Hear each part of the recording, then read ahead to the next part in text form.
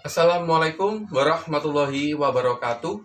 Perkenalkan, nama saya Hartono dengan NDH 11, peserta Diklatcar CPNS golongan 3 angkatan 178.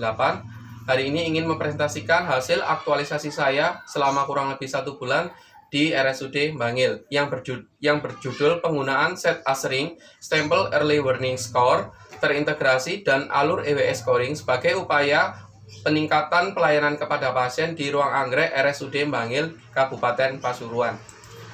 Yang melatar belakangi saya untuk mengambil judul tersebut adalah dengan tingginya angka kematian yang berada di ruangan anggrek pada tahun terakhir, yaitu tahun 2019, saya peroleh dari data rekam medis, yaitu sebesar 39%. Progres kegiatan yang pertama, melakukan konsultasi dan diskusi dengan mentor terkait isu-isu rancangan aktualisasi yang dilaksanakan pada tanggal 8. Diperoleh pemahaman, kesepakatan bersama, dan saran dari mentor dan juga bimbingan dari mentor. Kemudian progres kegiatan yang kedua yaitu melakukan konsultasi dan diskusi dengan coach terkait rancangan aktualisasi yang dibuat, yaitu dilaksanakan pada tanggal 4. Oleh outcome atau hasil, yaitu pembimbing dan penulis memiliki persepsi yang sama terhadap kegiatan yang telah dilaksanakan. Kegiatan aktualisasi dapat disetujui oleh coach. Kemudian mendapatkan saran dan masukan dari coach mengenai aktualisasi yang akan saya sampaikan. Progres kegiatan yang ketiga yaitu melakukan koordinasi dengan rekan kerja dan atasan saya di ruangan, yaitu kepala ruangan di ruang anggrek dan juga rekan kerja sesama perawat. Yang dilaksanakan diperoleh hasil outcome yaitu adanya persepsi dan persetujuan dari rekan kerja dan juga atasan untuk proses rancangan aktualisasi saya, dan sehingga aktualisasi saya dapat berjalan dengan lancar. Proses kegiatan yang keempat yaitu mengumpulkan sumber atau literatur untuk pembuatan media. Outcome yang saya peroleh, sumber yang digunakan sebagai bahan pembuatan media yaitu berupa SUP tahun 2019 terkait dengan early warning score, kemudian tersusunnya instrumen evaluasi dan juga adanya media sosialisasi berupa stempel, flipchart, dan ID card. Hal tersebut saya progres kegiatan yang kelima yaitu membuat desain stempel, ID card, flipchart, set asring atau stempel early warning score pada tahun di ruang anggrek. Memperoleh hasil terciptanya desain stempel, ID card, dan flipchart sebagai media utama untuk sosialisasi. Kemudian yang kedua, materi dan tujuan sosialisasi tersampaikan kepada rekan kerja dan juga atasan. Yang ketiga, media sosialisasi sebagai media untuk mempermudah pengisian EWS. Jadi media tersebut fungsinya nanti diharapkan dapat membantu teman-teman dalam melengkapi EWS yang sebenarnya sudah ada formnya terlebih dahulu atau SOP-nya yang sudah ada namun belum berjalan. Yang keenam, yaitu saya melakukan evaluasi awal terhadap rekan kerja dengan menggunakan electronic questionnaire. Di mana electronic questionnaire ini saya menggunakan aplikasi Google Form yang saya kerjakan pada tanggal 20 Februari 2020 di ruang anggrek. Outcome yang saya dapat adalah rekapan hasil evaluasi awal atau hasil pengetahuan dari teman-teman dari angka 0 sampai 100, tolak ukur permasalahan yang saya ambil, kemudian rekapan kepatuhan pengisian EWS. Progres kegiatan yang ketujuh yaitu mensosialisasikan stempel, ID card, dan flipchart EWS dengan atasan dan rekan kerja. Yang saya hasilkan, yang pertama terlaksananya sosialisasi program saya yaitu set asring. Yang kedua, meningkatnya pemahaman rekan kerja dalam pengisian EWS. Yang ketiga, meningkatnya kepatuhan rekan kerja dalam pengisian early warning score di ruang anggrek khususnya.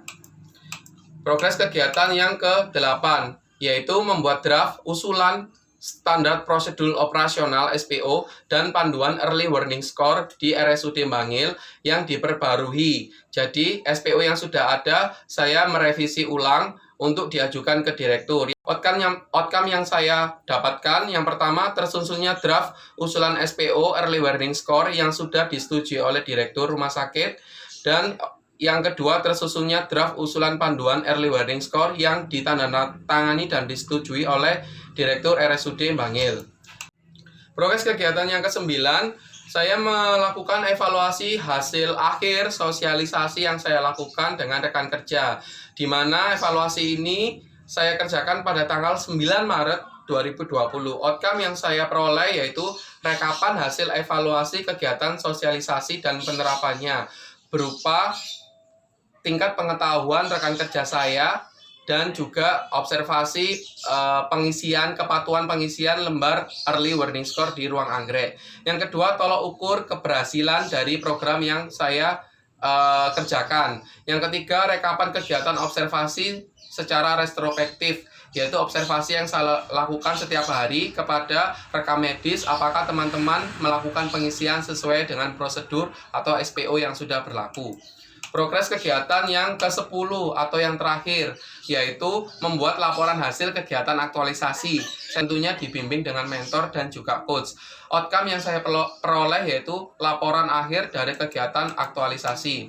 Dari proses aktualisasi tersebut, dari program yang sudah saya kerjakan, yaitu set asring, stempel Early Warning Score, terintegrasi, dan alur EWS scoring, didapatkan evaluasi pengetahuan EWS pada rekan kerja saya di ruang anggrek, pretest dengan angka lebih dari 80 hanya berkisar 5% saja pada saat pretest awal. Kemudian pada hasil akhir post-test, ketika saya sudah melakukan sosialisasi dan evaluasi, post-test untuk peningkatan pengetahuan dari teman-teman rekan kerja di ruang anggrek terkait dengan EWS naik sebesar 68%. Jadi hal ini tentunya signifikan, dari 5% naik menjadi 68%. Kemudian evaluasi yang kedua, yaitu saya menggunakan observasi secara retrospektif yang saya lakukan secara mandiri, observasi rekam medis yang sudah dikerjakan oleh teman-teman, apakah pengisiannya sesuai dengan SPO, tidak sesuai dengan SPO, atau belum diisi sama sekali. Dari hasil pada minggu pertama, minggu kedua, dan minggu ketiga, patuh mengisi lembar Early Warning Score sesuai SPO naik berturut-turut. Dari minggu pertama hanya 0%, minggu kedua 78%, dan minggu ketiga 98%, hampir mencapai angka sempurna. Kemudian yang belum patuh dalam pengisian observasi retrospektif, dari minggu pertama, minggu kedua, dan minggu ketiga mengalami penurunan dari jumlah perawat yang ada di ruang anggrek, yaitu jumlahnya 35. Dari minggu pertama sebesar 100% belum patuh sama sekali, minggu kedua belum patuh 7%, dan minggu ketiga pada akhir program saya 0% yang belum patuh. Jadi banyak sekali teman-teman yang sudah mematuhi dan juga sudah mulai meningkatkan pengetahuan terkait dengan EWS, pentingnya dengan penggunaan EWS tersebut. Penulis juga menggunakan uji Wilcoxon Saing Rank Test dengan SPSS untuk mengukur signifikasi pengetahuan hasil data pretest dan posttest pengetahuan perawat. Kemudian saran dari penulis yaitu perlunya sosialisasi pengisian form Early Warning Score tidak hanya di ruangan saya atau di ruangan anggrek, tapi nantinya keseluruhan ruangan yang ada di RSUD Bangil, khususnya ruang rawat inap. Yang kedua, digunakan menyeluruh dan dipatuhi oleh semua petugas sesuai dengan SOP yang berlaku. Dan untuk saran kepada rekan-rekan sejawat atau perawat, meningkatkan kompetensi dan juga meningkatkan pelayanan pasien, sehingga dengan adanya lembar EWS ini diharapkan peningkatan pelayanan dapat terjadi karena berkurangnya angka kematian yang secara tiba-tiba atau mendadak tanpa diketahui. Kemudian yang ketiga, saran saya kepada rumah sakit yaitu mempunyai komitmen bersama-sama untuk mematuhi segala SOP yang ada di rumah sakit sesuai dengan standar akreditasi nasional. Demikian komitmen diri yang akan saya jalankan. Terima kasih. Demikian presentasi yang dapat saya sampaikan. Wassalamualaikum warahmatullahi wabarakatuh.